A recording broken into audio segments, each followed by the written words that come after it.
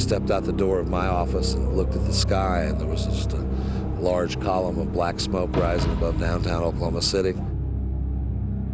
Because here in Oklahoma, we talk about tornadoes, floods, civil disturbance. We don't talk about bombing of federal courthouses. This is the heartland. Those issues we don't talk about. When I got there, I was numb when I looked at that building, and I know I'm supposed to be helping people and providing service, and I'm just standing there kind of in shock that how could this happen here? And the bitterness that we feel for the people who did it.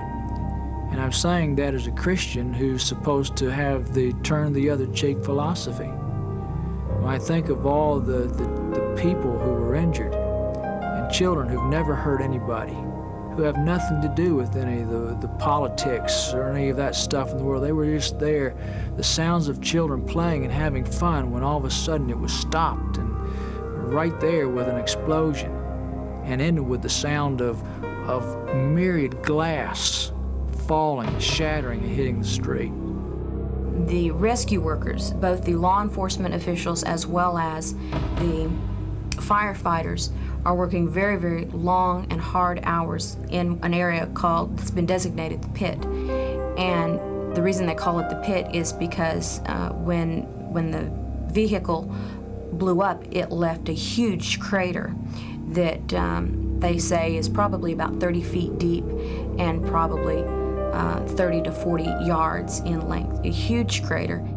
This is the biggest bomb, domestic terrorist type, that there's been, not just in this country, but in the world.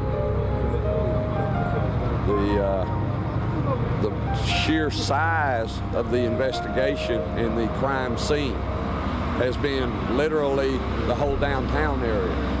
We got in touch with all of the funeral homes, and we have a number that have donated a free funeral for a child up to age 3, some of them up to age 5, and then many have offered a discount for an adult.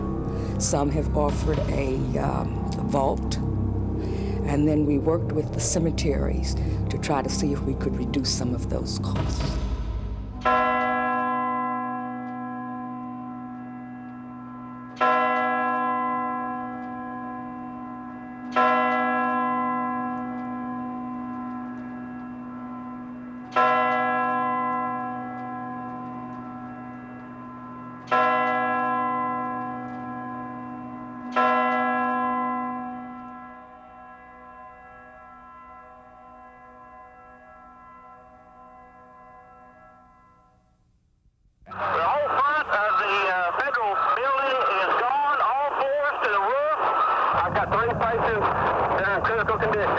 You know how many we got? There's injuries all over the place downtown. Okay, we got it. We're on the way.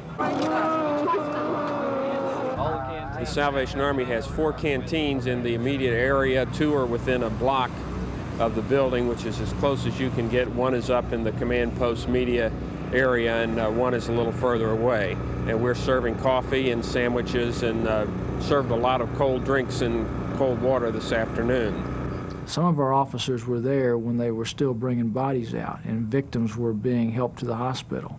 And it was stressful as medical staff and fire personnel and rescuers were coming out and sitting down and just weeping at what they saw. And our officers were dealing with that. And some of them have found that to be a traumatic experience of their own, trying to help these people through it. What's happened is our ministry at the site has expanded from a cup of water and a cold drink to actually praying with and counseling with the rescue workers who are now going through some real traumatic experiences and difficult times. They're coming and putting their heads on our shoulders. Many of them are crying. We're able to hug them and even kneel right there on the street and have prayer with them. And they thank us, and they get their courage back up, and they go back into their still trying to recover bodies even 8 days after this has happened. You think of this happening in a third world country, but not in America. People just are stunned. A lot of life has been lost. A lot of property has been lost. Well, I don't think anybody's even gave a second thought to the property. It's just the fact that how can it happen right here in my hometown? And the tragic is that they say there's about 100 bodies, or 100 they can't account for. And if you see the inside where that explosion was, they just dissipate. Everything for 2 blocks that way. It's unbelievable. Blocks and blocks around this place. People were wounded and hurt. People were killed in buildings across the street. Inside the pit area when they removed the bodies, you see the firemen, it's like a solemn, somber look. And we've had occasion to talk to some of them, and some of the FBI agents cry, firemen cry. It's a very moving experience inside the pit. Inside, we can only serve hot and cold drinks. No food is allowed because it's a bio-contaminated area, and everything's handled like biomat. Outside, we're serving all the normal things, hot meals, food, candy. We're also provide, as you see over here, masks, knee pads, safety glasses, socks, underwear, clothing, duct tape. We've gone through about 20 rolls of duct tape. They tie the knee pads on. Anything the firemen ask for that they need, we call back to our headquarters and they send it out to us. But people don't realize that there's a massive logistical effort that has to take place to coordinate the food. Where's the food coming from? You have to ensure that it's safe because you don't want your rescue workers to get sick. We've had some very inclement weather during this 8 days. We've had everything like today, bright sunshine. It looks like it's going to be a beautiful day. 2 nights ago, it was very cold here. We've had heavy rains. Where do you get rain gear for your people? How do you get coffee and things out to the remote post? Because we're holding a perimeter now. It's about 10 square blocks. And I have a lot of police officers out on that outer perimeter. How do you get them a cup of coffee? How do you get them something to eat because they can't leave? And that's where the Salvation Army has really helped us here in dealing with those issues and allowing us to do the emergency response to this and not have to deal with those logistical things. I think the Salvation Army here is doing a great job. In fact, all the people in Oklahoma, we don't have the words to express the treatment we've been getting here. It's so outstanding and excellent. It just makes us feel like we're kings. The support that we've had from the Salvation Army, from the people of Oklahoma City, is unparalleled. We've had people down from New York City, from NYPD, and people that were involved in the World Trade Center bombing. And it's just amazing to them. They can't get over it. People don't realize the goodness of the people here, the Salvation Army, and everything that they do. We've all discussed that this is something we're going to have to be prepared for. Up to this time, we've just talked about these possibilities. But now it's a reality. How do we deal with a crime scene situation or a terrorist act or hazardous material where there may be tremendous security we've got to deal with? We have to look more carefully at our volunteers, that we can't just use anybody who comes up to volunteer. Many of them are going to have to be cleared. It's not going to be as easy as it used to be, and there are several things we will have to address very carefully and become more prepared and more knowledgeable as a disaster organization.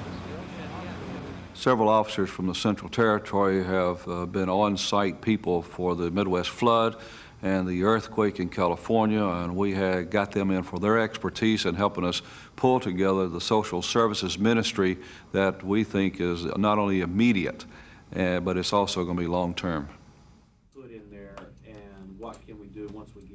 The assessment team has looked at what I call immediate to long-term planning, in that we looked initially at a year's time and developed a plan that makes some real sense. There's a lot of fluidness to that plan, flexibility, but it also is focused a lot on the psychological and emotional needs of the community and how the Salvation Army, in a sense, is playing a new role.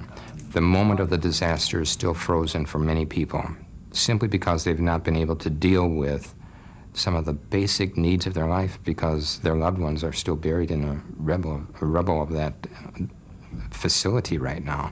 And there's no way they're going to get by those issues until they're able to get some closure and deal with those issues. So they are literally stuck in day one. And I think that that's affected not only the survivors, but the rescuers and anyone and everyone who's associated directly in this community. because we were aware of the numbers of people that are in this building on a daily basis, that the casualty total was going to be very, very high.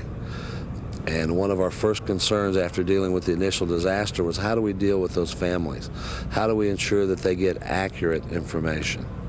You know, where can we send them somewhere away from this site so that we could deal with the operational aspects and at the same time ensure that the information they were getting was accurate and timely? That's where the Salvation Army came in. On the 4th floor of this building is where the notifications take place, and that's become a very solemn place. It's a place where the families receive the information, or if there's not enough evidence to make a positive identification, they are then taken back to their homes to dust for fingerprints, to find additional evidence that will be helpful in making that identification. Some families sit in silence the whole time. Others laugh, some cry constantly, and the Salvation Army is there to counsel with them and console them and really just listen to them and give a warm place for them to come. We like to call our place a warm nest where they feel safe and secure and loved. Our officer personnel have been limited now to 2 days in the counseling center. At first we were working about 4 days at a time, but the emotions are so intense that we have decided to limit that to a 2-day period, and at the end of that 2 days we're offering them an opportunity to share with other officers and perhaps professionals about their experience and any needs that they have found that they have because of the experience here with the families. We have 3 mobile units with social service teams in them, and they are providing assistance at various locations, which we think are strategic areas where people who have been relocated from other homes and destroyed buildings can get to receive assistance. We are going into the hospitals, and some of the forgotten people that was brought to our attention are the medical staff at those hospitals who worked with those victims, who were in the triage units that were there at the time, and many of them we found have had to pull long extra hours of duty to take care of this situation. So now we're working out some little remembrances for them as well to let them know that they weren't forgotten either. These are for your departments. We appreciate all that you've done.